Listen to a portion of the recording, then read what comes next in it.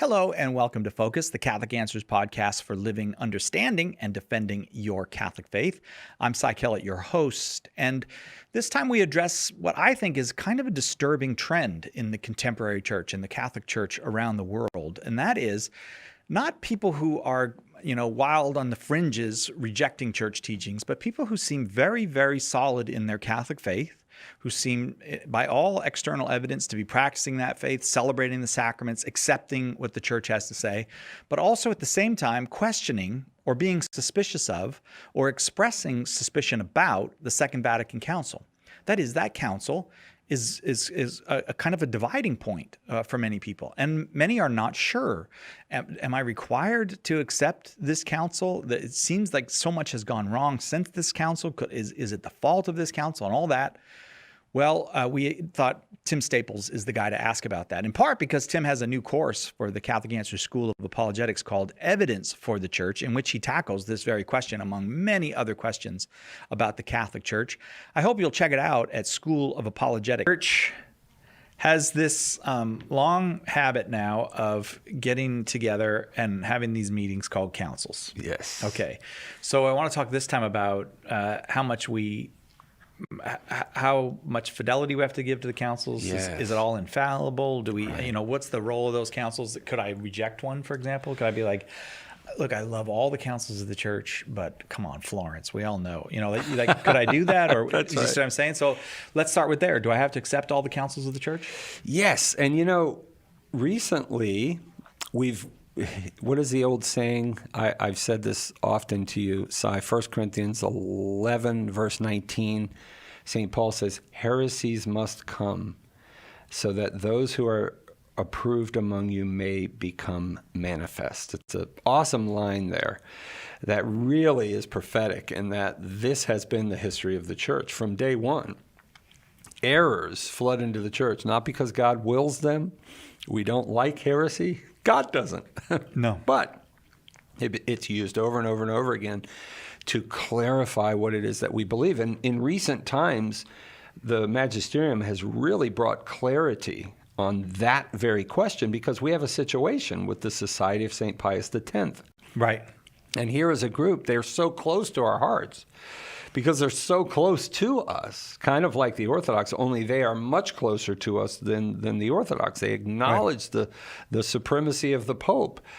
They acknowledge, 7 sacraments. They can make the same profession of faith with us, except now it's come down to they don't accept Vatican Council II. And that is why they are not in full communion with the church.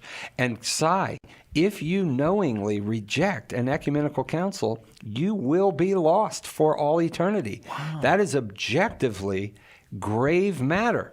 Now, of course, we know in the situation with the Society of St. Pius X, like I said, they're so close to us, and that's what scares me sometimes, because too much is given, much is required. Yeah. And we know the struggles there, and there may well be invincibly ignorant folks, to be sure, in that community. God's the judge, we are not. So, I don't want folks to be saying, oh, Jim Staples just said they're all going to hell. No, I didn't. But what I did say is what they are doing there is objectively grave matter, because that's part of the profession of faith, is to accept all the Catholic Church has declared to be revealed by God. And ecumenical councils are an act of the magisterial authority of the church. That is, in general. It doesn't mean, Cy, that you have to accept every line from an ecumenical council, because there are levels of authoritative teaching even within the council. Maybe we'll talk about that a little bit more detail in a moment, but I want to make the general point, though, that when an ecumenical council is promulgated, that is a definitive act of the Pope in union with all of the bishops. Right. And it's promulgated to the universal church. That's what you can't reject. And unfortunately, that's what the SSPX rejects. That's not a valid council. That, my friend, is grave matter. And there's really no question that the Second Vatican Council meets all those criteria. I mean, it's not like there was a competing claimant to the papacy, or that there was, some inability of the bishops to gather. It was, everybody came. And all the bishops of the world, in fact, every bishops' conference in the entire world, all of the bishops readily accept. In fact, Pope St. John Paul II famously said that Vatican Council II was the greatest gift of the Holy Spirit to the Church in the 20th century. It really is a glorious council when you actually read the documents. Did some of the application get hijacked? Absolutely. Thanks be to God, we've had popes that are steering the ship and bringing us into port here. Thank God for Pope St. John Paul the Great, Pope Benedict XVI, and now Pope Francis, because they are bringing the spirit of Vatican II in the good sense to fruition. But now, I do think it's important that folks understand that councils, generally speaking, have delineated teachings and levels of authority. For example, if you take the Council of Trent, the teachings that are definitive in the Council of Trent are the canons. And there's a reason why you have chapters, let's say session 6 on justification.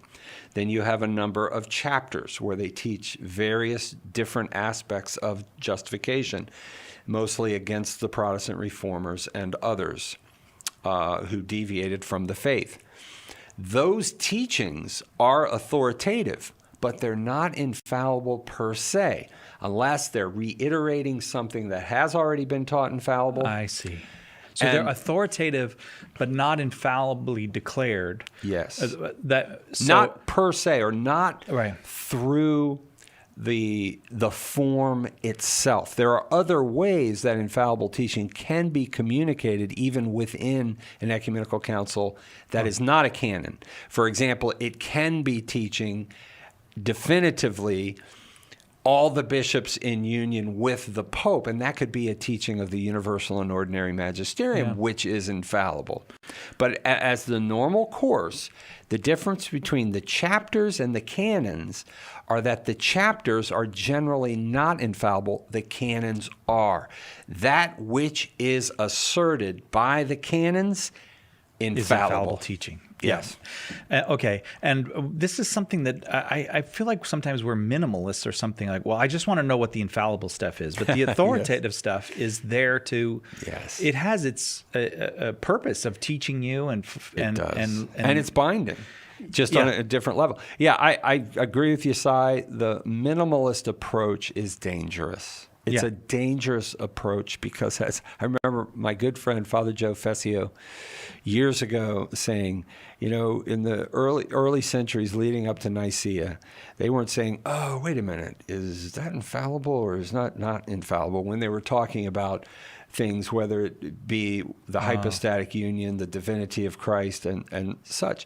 This was the teaching of the church. Are you kidding? Did you have to wait for the Council of Nicaea before Jesus became God? Of course not. And it was already authoritative. And the papacy, folks have to understand, long before it was infallibly divine in 1870, it was already an infallible teaching of the church and already binding upon the people of God for centuries and centuries before. So we have to be careful here, because when you start doing the middle, well, that's not infallible, so I'm going to reject it. That is a fatal error, because as the church has made very clear, even teachings that are not infallible, if they're teachings of the ordinary magisterium, we are bound to believe, obey, and follow them as well, just at a different level. We give what's called religious assent of the intellect and will. Here's one way to break down the difference. And I go through all of this, by the way, in the course. I get into a lot of detail on this, but here's a kind of a rule of thumb. If you or I, Si, reject an infallible teaching of the church, let's say the Assumption of Mary. Okay. Right? You would pick the Assumption of Mary. It doesn't matter, Si, if you or I ever tell anybody. It could be in my heart of hearts where I say, I ain't buying that. Not believing it. Never say a word. That's grave matter. Yeah. And if I knowingly and deliberately reject that, that is grave sin, mortal sin, and I'll go to hell for all eternity. right? But if a teaching is on the ordinary level, not the universal and ordinary magisterial level, which can be infallible, but on the ordinary level, a teaching of the ordinary magisterium. Look, we'll take, for example, did Mary die? Okay. I'm sticking with Mary. Yeah, I know. What can I say? I wrote the book, all right? But anyway, let's say, because as you know, that's a teaching of the ordinary magisterium. In fact, when Pope Pius XII promulgated the Assumption in Munificentissimus Deus, that wonderful document, 8 times he mentions Mary died. And of course, this is a tradition in the church, East and West. The Feast of the Dormition goes back centuries, has been taught magisterially, but not infallibly. Mm-hmm. So are we free then to run around and say, oh, Pius XII was wrong. He didn't know.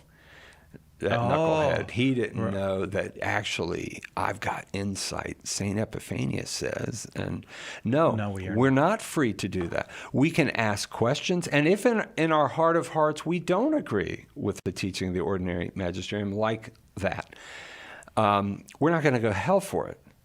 But we can be in trouble if we go out and publicly dissent and say, it's wrong and this is why. That's when we can be talking about grave matter. So that's unfortunately in our day and age, we have a heart problem too often, and that is that our Holy Mother Church is not presented as our Holy Mother often. No, that's well said. She's church and what are they going to say now? And right. And I have to confess, I'm one of them. I know what you mean. I have the tendency. And I'll give you a case in point. I remember when the Catechism came out, the first version, right, in 1992. And I remember saying, because I happen to love the Catechism of the Council of Trent, and I'd read it through, I used it, referenced it. If you see my copy right now, it's all yellow and orange and everything from marking it up.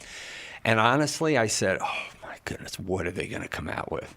Yeah, it's going to be vague. It's going to be, oh my goodness. And actually what they did is blow away the I mean, it's not even the Catechism, as much as I love it and I loved it, it's not even close. This new Catechism is so much better, so much richer, theologically astute. It quotes fathers galore. Right. Scripture is dripping off of every page. It is absolutely extraordinary. And so, you know what I've learned over the decades, right, is I try to read as many of the church documents as I can. I said when Pope Francis became Pope, I want to read everything the man writes. I haven't, but I'm getting there. I don't think he has either. Yes, that's right. That's just kind of a smart aleck remark. But I mean, there are speeches and things. Oh, there are. Yeah, there are. I mean, it's the same with all popes, right? Did I say that? Yeah. People are going to think I mean that against Pope Francis, and I don't. No. It's just part of the job. Oh, it is. It is. But and that's why they have to clear up things afterward before they go into the acta, the acta apostolicae sedis, which are the official teachings of the popes. They have to comb through them. No, we want to change that before it goes in there, and that sort of thing. But the point is that we need a heart change and to understand, the way the sons and daughters of the church should approach church documents is with excitement and joy and saying, wow, what is the Holy Spirit going to say to me here? And then you read and you imbibe. And if you have questions, you ask questions. And if we keep it that way, it's going to keep us from going astray, and doing what I see often from folks who call themselves Catholic, and they are Catholics, don't get me wrong, who just pick apart everything a document says, and they end up taking it out of context and saying the opposite of what it says. And you think, my goodness, what's going on here? There's a heart problem, Si. We need to read the documents of the church as good sons and daughters of the church with thanksgiving in our heart, because this is the gift of the Holy Spirit to us. All right. We'll leave it there. Thank you, Tim. God bless you. I don't want to be too wordy about this or go on and on and on about it, but you have to give a clear answer when people ask, do I have to accept all of the councils of the Catholic Church? With gratitude, as a matter of fact, each one of them a gift of the Holy Spirit. Do I have to? So here's the answer in full. Yes. We'll see you next time.